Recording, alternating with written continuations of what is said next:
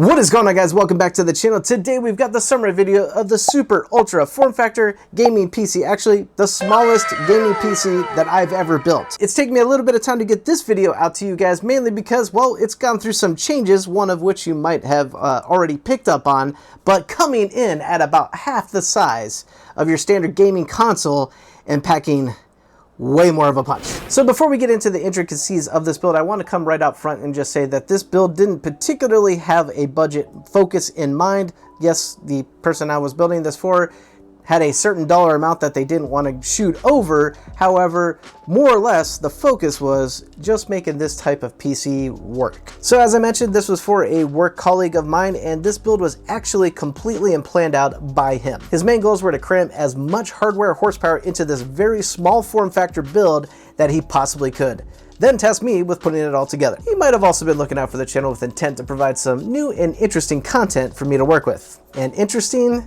this build certainly was. So without further ado, let's talk about all the parts that went specifically into this build, the challenges that I ran into, because there were a few of them, to say the least, and the performance, because like I mentioned, this little thing blows away consoles. First part on the list being the CPU, the Ryzen 7 5700X 3D. And I can hear you trolls already. Well, why not the 5800X 3D? Well, let me put it real simple for you. Cost. The 5800X 3D is much more expensive, around $300 more expensive on average. My friend felt like the gains of just 400 megahertz that you would normally get from the 5800X 3D was worth the cost to avoid by going with a slightly lesser CPU. And also considered going to a Ryzen 9, which advertises 105 watts. However, that's not always the case, and definitely would not come in at the same cost as this 5700X 3D. 8 cores, 16 threads, a 3D cache CPU on AliExpress for $150-ish is a heck of a deal. Though moving on to motherboard, and one I think my friend chose very wisely, being the Gigabyte Aorus B550i Pro Max. This board is loaded down with about every feature you can imagine. Fantastic power delivery, dual M.2 slots, Wi-Fi and Bluetooth, and much more. By the way, it looks fantastic. I am always a sucker for some Aorus motherboards. The key takeaway to this motherboard is the form factor, a standard size ITX, although small, fitting inside this, which by the looks of it, looks like it might be pretty difficult to do. Now moving on to RAM, and that being an area, well, you just can't see right now, but being an area of, well, how do I say it? An area we had to make some decisions on. And where I'm building this story towards, if you go back to the live stream, you'll see we originally went with Corsair Vengeance RAM. Now you might be thinking, that's a great idea due to the form factor size of these DIMMs, which you might also notice now the CPU fan is different. So full circle, what I'm trying to get at here is we had to change the original RAM as well, because even that very short form factor RAM was going to cause us an issue with getting this 120mm fan properly mounted. So what you are seeing is the solution. Micro-sized DDR4 RAM that is normally suited for a small form factor server. This stuff is literally half the height of a standard DDR4 RAM stick, even one without a heatsink at all. But you might also be asking, why did we need that at all? Well, the mount that we had to use for the 120mm fan actually was a 3D print that offsets the fan in order for it to basically fit in the system at all. So the fan directly blows over the RAM, which is a benefit because now we have air moving across the RAM. However, we needed to find RAM short enough to make it work. So the drawback here being the cost of the RAM, which was around $200, I think, give or take, and is also server grade RAM, which also is a little bit slower and a little more latent. However, we stuck with 64 gigs and we're able to mount that 120mm fan. So sorry for the side story there, but something to address if you are considering this type of build for sure. All right, so side stories aside, let's move on to the next part or parts, and that being the storage that we went with. So we got here our two NVMe drives, one being a Gen 4 4TB Western Digital drive running as the primary boot and operating system functions, and an auxiliary Gen 3 4TB Crucial drive for extra storage. In total, we've got 8 terabytes of storage in this very small form factor build. So there is a bit of a storage requirement based on the personal preference of my friend that is wanting this PC built. He does some things with photo editing, holds a lot of videos. He wants it to be a gaming PC, so he wants all of his games stored locally, all that stuff. So that can definitely eat into space rather quickly, especially now in today's terms where you got silly games like Modern Warfare taking up like, I don't know, 500-600 gigabytes in space. But the big thing here is being mobile. So everything is locally stored on the machine that, as you can see in this form factor, is a pretty mobile device itself. So the idea seemed like a no-brainer to us. So next, moving on to GPU, and honestly something that, you know, comes with its caveats due to the size constraints, but basically what we have here, and you guys really can't see because it's mounted on the other side of the PC, facing me, not you, and that being the GPU, an RTX 4060 from Zotac. The caveat being we needed a very small form factor, surprise, GPU to fit in the build. Currently, the fastest GPU on the market in this form factor is an RTX 4060 Ti, but because my friend didn't go with the Ti version, it really just kind of came down to a cost weighing thing. But I'd say the most important thing here is to understand that this graphics card, the very specific model that's in this build,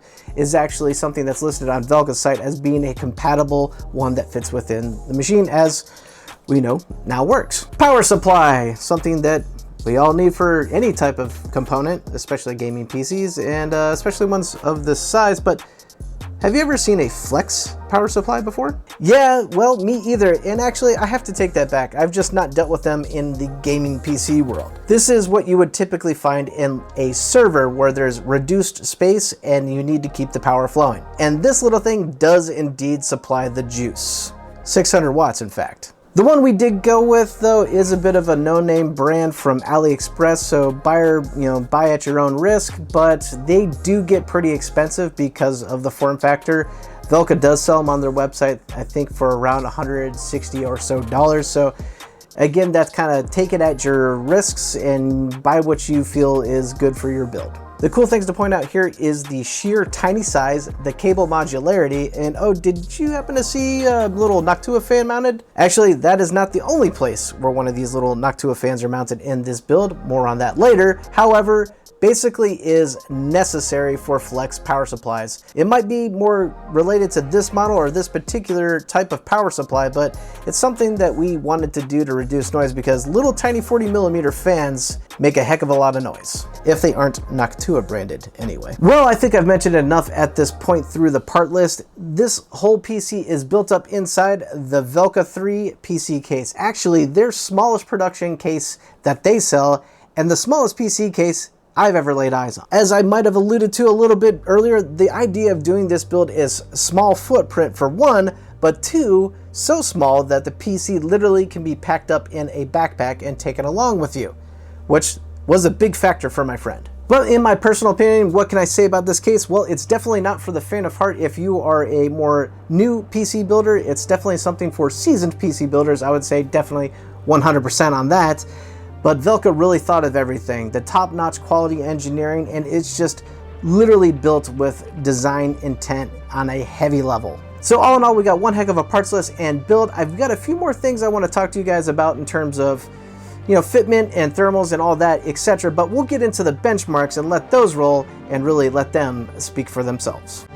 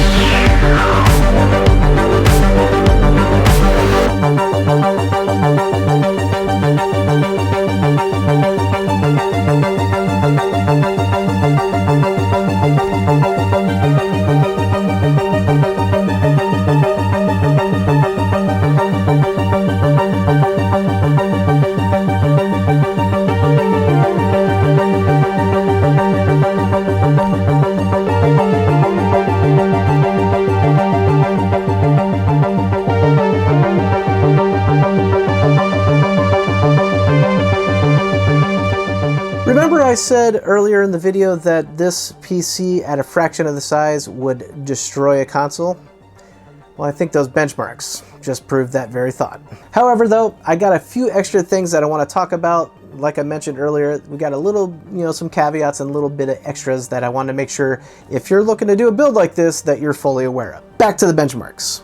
All the benchmarks that were done on the original CPU cooler with the 92mm fan, which means not this fan that you see here right now, but the original build, which we saw in the live stream, and the most key important thing with that, the faster Corsair RAM. And the reason I want to call this out and be completely transparent with you guys is the reason I did not rerun the benchmarks on the server memory that we got to work with the 120mm fan was, one, because of time, but two, because another issue I identified when I threw that 120mm fan on there with the ECC memory. Side note, I did test Fortnite and a few other titles with the server memory, and the performance was basically unchanged, if not within margin of error. So I wanted to make sure that was known, as I did expect some type of reduction in performance, but really didn't see anything outside that margin of error. Two, the caveat that I'm kind of alluding to at this point. Although we got the 120mm fan mounted, and the idea behind that was more air, right? More cooling, didn't really equate to that. In fact, it ran warmer. So what happened? Well, we found the offset mount. We mounted the 120mm fan to the cooler, but what I found out that it started to run about 10 degrees, if not more on average, versus the 92mm fan. And what I can basically equate that to is the 92mm fan has a very distinct way of cooling or pushing air down directly on top of the heatsink and actually offering the best cooling benefit basically as possible. With this larger space fan, now we're kind of spreading out the area within the actual case and creating just a bunch of air turbulence and not stuff that is more localized directly on the heatsink. It's not a very scientific explanation, and anybody who knows thermodynamics better than me, feel free to expand on this in the comments. However, I tested and retested, and that 92mm fan, although much louder, offered better cooling performance. So then where does that leave me? Well, we went back to the drawing board again. And this is why, again, I didn't run through all the benchmarks, because I was trying to resolve some of these issues. So then we decided, maybe it's just not getting enough exhaust. There is no room to exhaust air out of the front higher heat chamber of this case. That's the CPU side. The GPU side runs ice cold. Like, it does completely fine. In fact, I was worried more about the GPU, and turns out it's the inverse. The CPU is the one that's running hot. We're talking about 92 degrees Celsius on Cinebench runs. So we thought, okay, well, we can get another one of those Noctua fans and put it in the case and try to exhaust some hot air.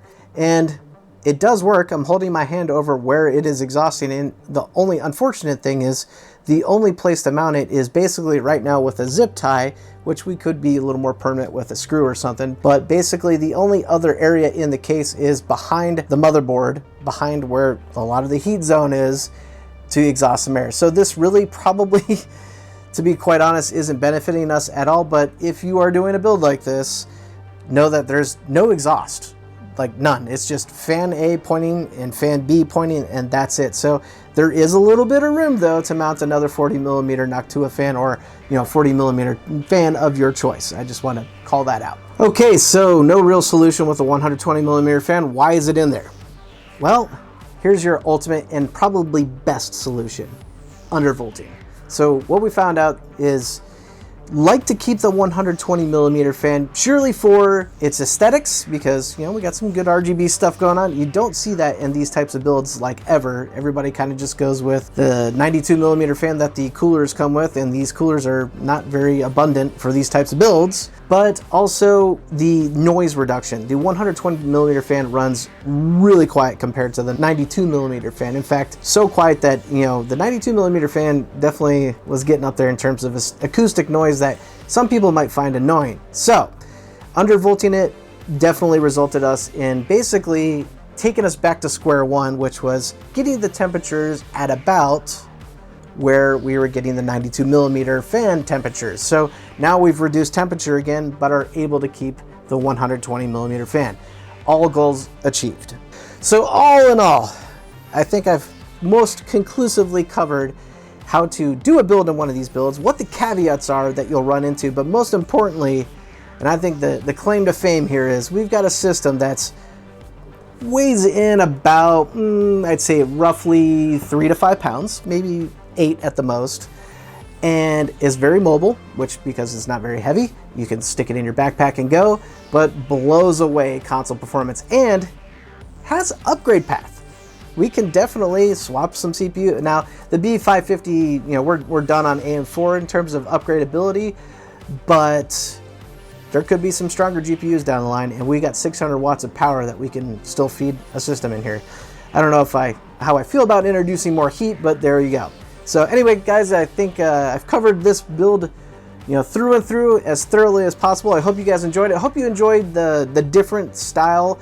This isn't some type of build that I normally cover, but I hope you guys enjoyed it and gave you guys some good insight. So thanks for tuning into this one, though. I appreciate your time, and I will catch you in the next one.